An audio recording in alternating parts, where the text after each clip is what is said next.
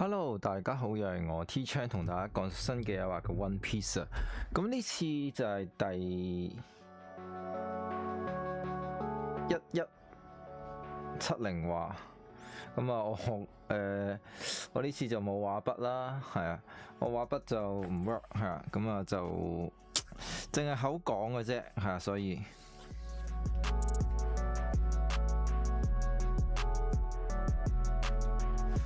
咁啊，係啦，咁我哋直接去睇呢一話係有啲咩特別啦。咁呢話嘅標題就係乜嘢呢？恰恰相反喎，恰恰相反，唔知係乜嘢恰恰相反啊。咁啊，但係我哋就係講翻上一話就係終於去透露翻呢，我哋呢個洛基呢個角色啊。咁啊，就係要去面對翻佢嗰日啦，知道呢，佢老豆就係唔對路，而且佢老豆叫叮囑佢呢去食祖傳嗰個果實啦，然後去到嗰個房間呢，見到個寶箱係啊，隔籬呢就有個錘係啊，個錘呢係會喐呢去攻擊佢噶，咁啊相信細聲啲先。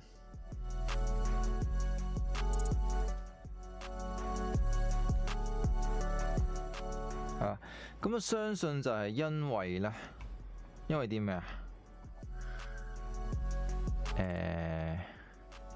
因為咧嗰個鐵錘咧就係食咗呢個果實啊，係咁令到咧佢係有生命力嘅，會識飛嘅。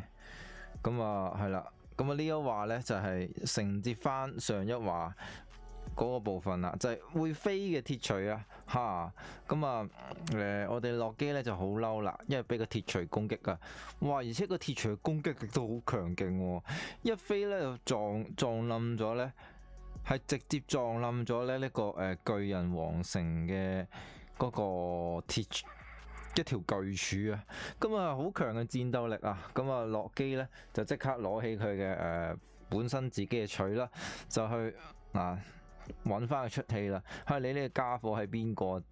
竟敢揾我啊！向我抌呢個錘，同我出嚟啊！混蛋啊！冇可能啊！冇啊！總之先將呢個惡魔果實食到手啦！啪啪呸！哇！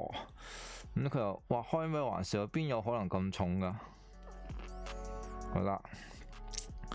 哇！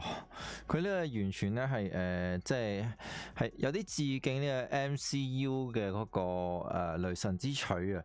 佢嗰個錘咧叫咩啊？叫咩雷話？唔記得咗。奪雷啊！奪雷咧就係會變重啊，令到咧嗰個地磚咧都裂啦。哇！地板都塌陷啊！開咩玩笑啊？有啲咩咁重啊？係咪因為呢個城堡老化咧？冇用嘅洛基，嗰個作為國寶級嘅惡魔果實，幾百年嚟壓根唔係冇個人去食佢，係根本冇任何人可以食到佢嘅。正因為冇任何人可以得到鐵雷嘅認可。哇！原來咧要食個果實咧，係要得到咧嗰隔籬嗰個錘嘅認可，但係以我而家呢個咁嘅力量就可以得到啊佢嘅認可啦，咁啊梗係要攔住佢啦。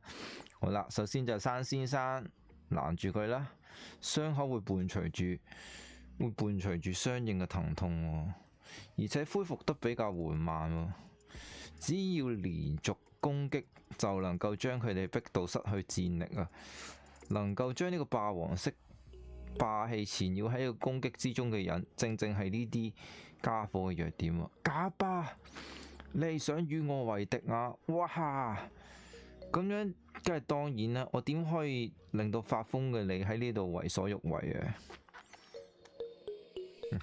假巴先生，假巴先生，點解你會知道神之騎士團嘅弱點㗎？因為佢哋嚟過好幾次，想將你奪回啊！哦，竟然有呢個咁嘅 back story 啊！吓，咁聽清楚未啊？嗰個紅頭髮嘅小子肯定喺呢度啊！有冇聽清楚啊？係啊，紅頭髮小子肯定喺度。嗰個絕對係我哋船長嘅孩子啊！快啲同我交出嚟啊！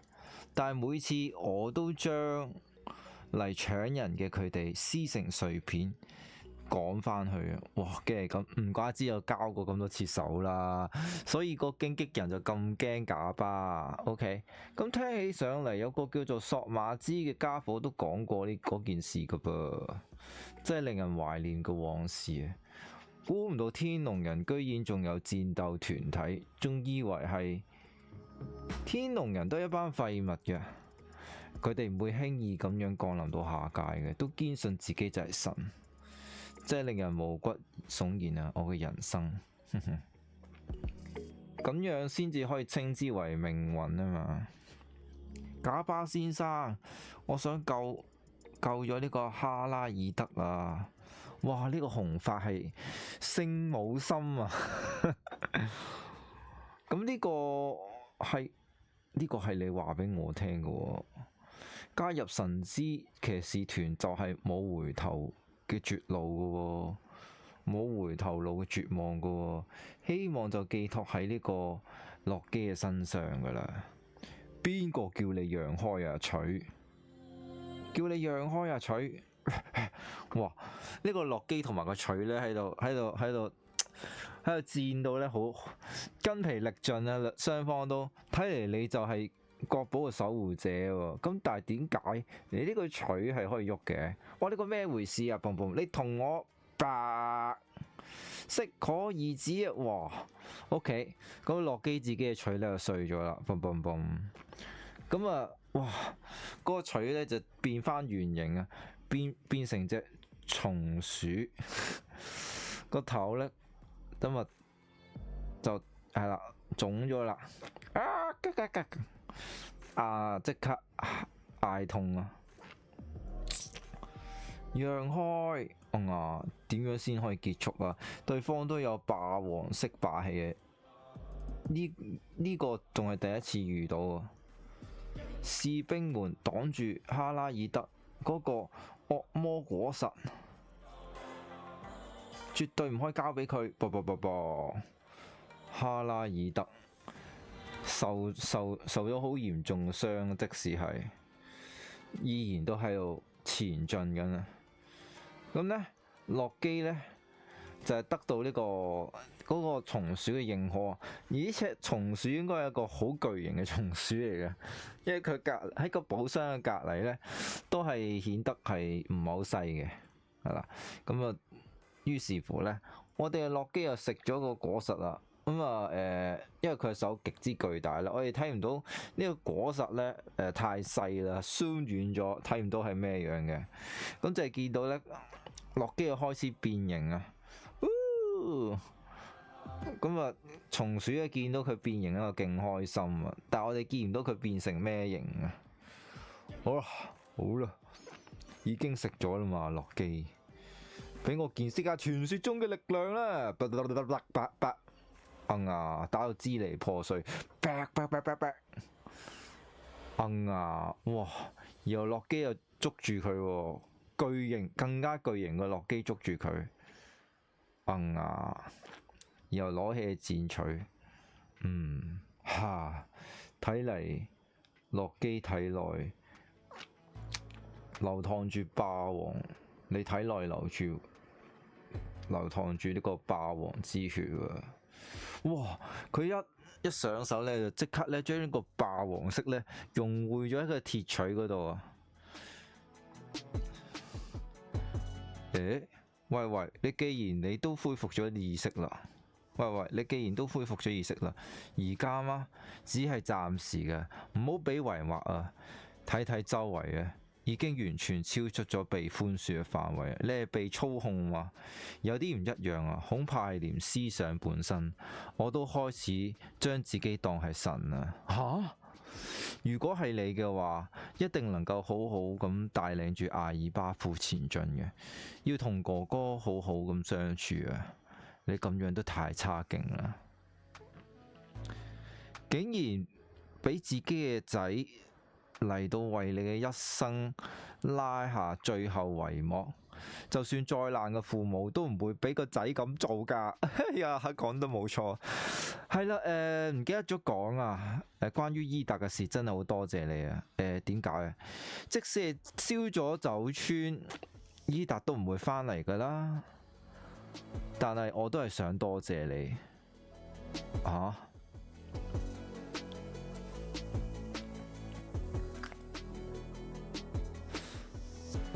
快啲啦，唔係又要再被支配啦。我會恨你嘅家伙混蛋。既然俾我去做呢啲咁嘅差事，我都係我愛你。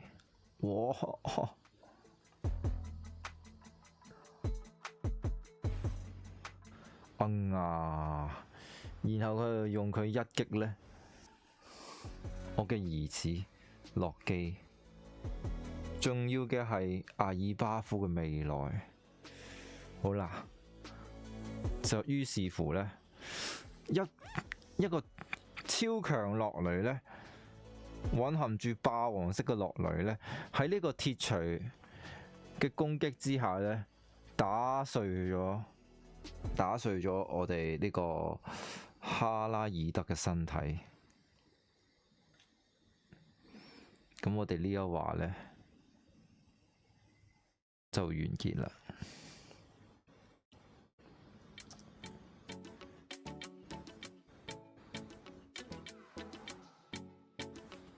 So sad, so sad,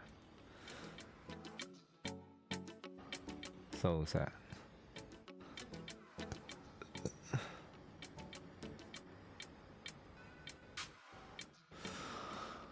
咁啊，我哋呢話就講到咁多啦，多謝大家收聽，拜拜。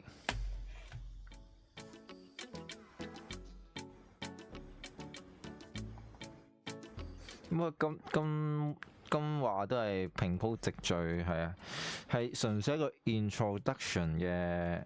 唔好意思啊，我再補充一下，係一個 introduction 啊，即係補咗啲嘢啦，係俾人知道，洛基係食咗一個應該係傳說級係啦，神級嘅果實啦。咁呢個係某種係神獸啊，係啊，嗰種果實係。